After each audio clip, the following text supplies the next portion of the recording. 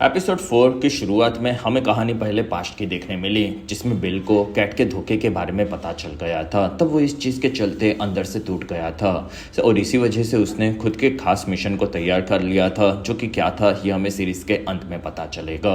और बिल अपनी पूरी ज़िंदगी दुनिया भर में घूमता रहा और कई सालों तक घूमने के बाद वो हर जगह पर जाने के बारे में अपने रिसर्च में लिखता था। और 1973 में वो स्कल आइलैंड पर मारा गया था। तब उसके रिसर्च को बंद करके रखा गया, जो कि 2015 में एपेक्स कंपनी के लोगों ने ढूंढ लिया था और उन्होंने पूरे रिसर्च को अपने पास रखा। प्रेजेंट में गॉडजिला पर अमेरिकन्स ने न्यूक्लियर बॉम्ब छोड़ा था। उस जगह पर दो लड़के सर्फिंग के लिए आगे बढ़े, जबकि वो जगह पर लॉकडाउन था और वहाँ पर स्क्रब्स भी आ चुके थे। फिर वो दोनों लड़के पानी में सर्फिंग कर रहे थे। तब दूर से एक वॉचर शिप वालों ने उन्हें देख लिया और उन्होंने दोनों को बताया कि ये एरिया प्रोहिबिटेड है, तो तुम्हें यहाँ से निकलना होगा। तब दोनों वहाँ से पीछे हट रहे थे, लेकिन तब तक वहाँ पर टाइटन एक्स आ चुका था और किनारे पर आते ही स्क्रैप्स जमीन में से बाहर निकले और उन्होंने लड़कों पर हमला कर दिया। तब ये चीज़ वॉच शिप पर भी देखी गई और सारे स्क्रैप्स टाइटन एक्स की तरफ जा रहे थे।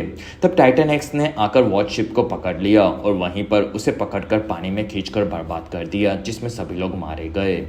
दूसरी तरफ सैन फ्रांसिस्को में पूरी रात नशे में रहकर कैट उठी। तब उसने देखा कि उसके पिता और माँ ने उसे पूरी रात कॉल किए थे और वहाँ पर उसे काफ़ी अजीब फील हुआ। तब कैट पानी की तरफ आगे बढ़ी और वो पानी के नीचे आ गई, जिसमें उसकी इस नई फीलिंग को वो समझ नहीं पा रही थी और हम भी नहीं समझ पा रहे थे, जिसके बारे में शायद आगे के एपिसोड्स में पता चलेगा।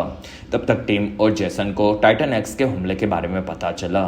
तब जेसन ने उसकी टीम को टाइटन एक्स अब कहाँ जाएगा ये चीज़ पता लगाने के लिए कहा। तब एक आदमी ने उसे पूरा मशीन में चेक किया और बताया कि वो अब सैन फ्रांसिस्को जाएगा और 23 घंटे में वहां पर हमला होने वाला है। तब टीम को ये चीज सही नहीं लगी, क्योंकि कंप्यूटर नहीं बता सकता था कि टाइटन कहाँ जाएगा। तब जेसन कहता है कि हमारी टेक्नोलॉजी काफी आगे है और हम लोग इन चीजों को भी पता लगा सकते हैं। दूसरी तरफ ली के साथ उसकी पूरी टीम आकर मे से मिली, जिसमें वो लोग हीरो के डिवाइस को वापस लेने के लिए एपेक्स की ऑफिस में चोरी करने वाले थे और वहां पर मे उनकी पूरी मदद करने वाली थी और वो चोरी के लिए कई सारे डिवाइस लाई थी। तब ली को टीम ने 23 घंटे के बाद वहां पर होने वाले हमले के बारे में बताया, जिसमें टाइटन एक्स वहां पर आने वाला था। तब वहां पर कैट के लिए वो परेशान हुआ, क्योंकि कैट को कांटेक्ट नहीं कर पा रहे थे और वो वहीं पर थी। तब सभी लोग उसके लिए परेशान थे और हीरो वहां पर उसे बचाने जाना चाहता था। तब ली ने सबको समझाया कि पहले उन्हें वो डिवाइस वापस लाना होगा और कैट खुद को संभाल सकती है। तब इस चीज के चलते कैन और हीरो में बहस हो गई और वहां पर कैको ने आकर उसके बेटे की साइड लेना शुरू किया। तब ली ने सबको शांति से सोचने के लिए कहा, जिसमें उन्हें पहले डिवाइस को वापस लाना ज्यादा जरूरी था। दूसरी तरफ कैट वापस आ रही थी। तब उसे एक औरत पहचान गई और वो कहती है कि कैट, मेरा बेटा तुम्हारे स्कूल में पढ़ता था और वो तुम्हारे साथ गॉडजिला के हमले के वक्त ब्रिज पर था। तब कैट दुखी हुई, क्योंकि उसे लगा कि उनका बेटा मारा गया होगा। और तब वहां पर उस औरत ने बताया कि नहीं, तुमने ही मेरे बेटे को बचाया है। और उसका बेटा आकर कैट से मिला और उसकी माँ ने बताया कि आप गॉडजिला को देखकर भाग सकती थी, लेकिन फिर भी आपने रुककर मेरे बेटे को बचाया था और उसके लिए थैंक्स। और वो वहां से निकली। तब कैट को उसकी बात सुनकर फिर से हिम्मत मिली और उसने मॉन्स्टर्स का सामना करने का डिसाइड किया और अपनी गलती को वो ठीक करना चाहती थी। दूसरी तरफ मे के साथ सभी लोगों ने प्लान तैयार कर लिया था और उन्हें पहले केविन नाम के एक लड़के के डिवाइस को अपने पास लेना था, जिससे वो उसे यूज कर सके। और फिर वो लोग क्लब में आए और वहां पर कैन और ली आकर दूसरे लोगों से बदतमीजी कर रहे थे।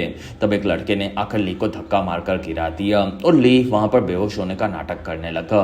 तब वहां पर केविन उसे बचाने के लिए आया और तब कैन ने उसके बैग को चिरा लिया और उसके एक डिवाइस को वो लोग अलग तरह से बदल रहे थे, जिससे वो कंपनी में जाए तब सिस्टम को वो लोग यूज कर सके। फिर कैन ने उसे वापस रख दिया और वो लोग वहां से ली को लेकर निकल गए। दूसरी तरफ जेसन और टीम झगड़ रहे थे, क्योंकि जेसन उस मॉन्स्टर पर हमला करके उसे कैद रखना चाहता था। तब टीम कहता है कि उन मॉन्स्टर्स को रोका नहीं जा सकता और ना ही कैद किया जा सकता है। तब जेसन कहता है कि हमें उन्हें कैद करके उन पर रिसर्च करना चाहिए और यही मोनार्क का भी मोटो है, जिसमें उन्हें ढूंढो और उन्हें समझकर उनसे बचने का तरीका ढूंढो, तो यही हमारे लिए सही होगा। तब तक कैट आकर उसकी माँ कैरोलिन से मिली। तब कैरोलिन अपनी बेटी के लिए परेशान थी और वो बताने लगी कि वो लोग शहर को छोड़ रहे हैं क्योंकि यहाँ पर टाइटन एक्स का हमला होने वाला है। तब कैट कहती है कि मैं अब अपने पिता हीरो के पास वापस जा रही हूँ क्योंकि मुझे उनकी मदद करनी होगी। तब कैरोलिन नाराज हुई क्योंकि उसे अब इस चीज का खतरा लगा और कैट पहले भी काफी वक्त तक गायब हो चुकी थी, जिसमें अब हीरो और कैट दोनों साथ में गायब हो जाएंगे ऐसा उसे डर था। तब कैट कहती है कि मॉम, इन चीजों ने मुझे अंदर से बदल दिया है और मैं ऐसे ही लोगों को मरने नहीं दे सकती, जिसमें मेरी गलती के चलते वो टाइटन धरती पर आया है और मैं उसे रोकने का पूरा ट्राई करूंगी, जिसमें मैं वापस भी जरूर आऊंगी। तब कैरोलिन काफी ज्यादा दुखी हुई। अगले दिन मैं उसके ऑफिस में आई और उसने आकर अपने साथी से बात की, जिसमें ब्लेंडा अभी तक ऑफिस नहीं पहुंची थी। तब मैं वहां पर पास में ही काम करने लगी और उसने अपने एक हैकिंग पेन ड्राइव से सॉफ्टवेयर को यूज किया और कंपनी के सिस्टम में वो घुस गई। तब तक कैन ने ब्लेंडा की कार को अंदर से खराब किया था और वो उसकी गैंग के साथ निकल गया। तब ब्लेंडा उसकी कार में आई लेकिन उसकी कार स्टार्ट ही नहीं हो पा रही थी। तब तक मैंने सिस्टम को कंट्रोल में ले लिया था और उसने कंपनी के रेडियो एक्टिव गैस लीक होने के अलार्म को बजा दिया, जिसमें मैंने इस चीज में जेसन का डिवाइस को यूज किया था। फिर मैं वहां से सबको भगाने लगी और लीक को चेक करने के लिए वहां पर ली उसकी गैंग के साथ घुस चुका था और उन लोगों को अब उनके डिवाइस को ढूंढना था। फिर वो लोग आकर कंपनी के सभी सिक्योरिटी रूम में चीजों को चेक कर रहे थे। तब उन्हें पता चला कि एपेक्स के लोगों ने स्कल आइलैंड से कई सारे मॉन्स्टर्स को वहां पर कैद रखा था, जिसमें नीडल वॉकर नाम के जीव भी थे जो कि पहली बार इस सीरीज में नजर आए। फिर वहां पर ली ने हीरो और कैको को आगे बढ़ने के लिए कहा, जिसमें वो कैन के साथ उन्हें सिक्योरिटी कैमरा से दिशा बताने वाले थे। तब हीरो और कैको आगे बढ़े और तब कैन उन्हें रास्ता दिखा रहा था और मेरे को लगता था कि अगर वो मॉन्स्टर्स को आजाद कर दे तो उन्हें ज्यादा वक्त मिल सकता है। तब हमें स्कल आइलैंड का एक काफी खतरनाक जीव दिखा और उसे देखकर ली ने कहा कि नहीं, ये किया तो खतरा भी बढ़ सकता है। तब तक लिफ्ट में हीरो और कैको नीचे जा रहे थे। तब हीरो खुश हुआ क्योंकि वो हमेशा से बचपन में सपने देखता था कि वो उसकी माँ के साथ दुनिया को बचाने के मिशन पर जाएगा। तब ये सुनकर कैको भी खुश हुई।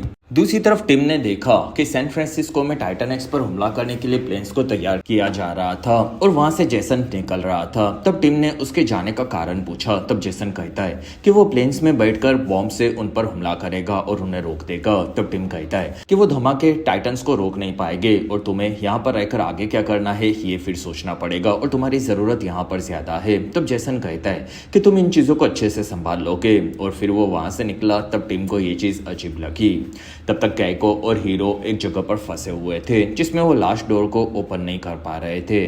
तब मैं इन चीजों को वहां पर हैक करने गई, लेकिन तब तक वहां पर ब्लेंडा वापस आ चुकी थी और गैस लीक के गलत होने के बारे में सबको पता चल गया था। तब ब्लेंडा ऑफिस में आई।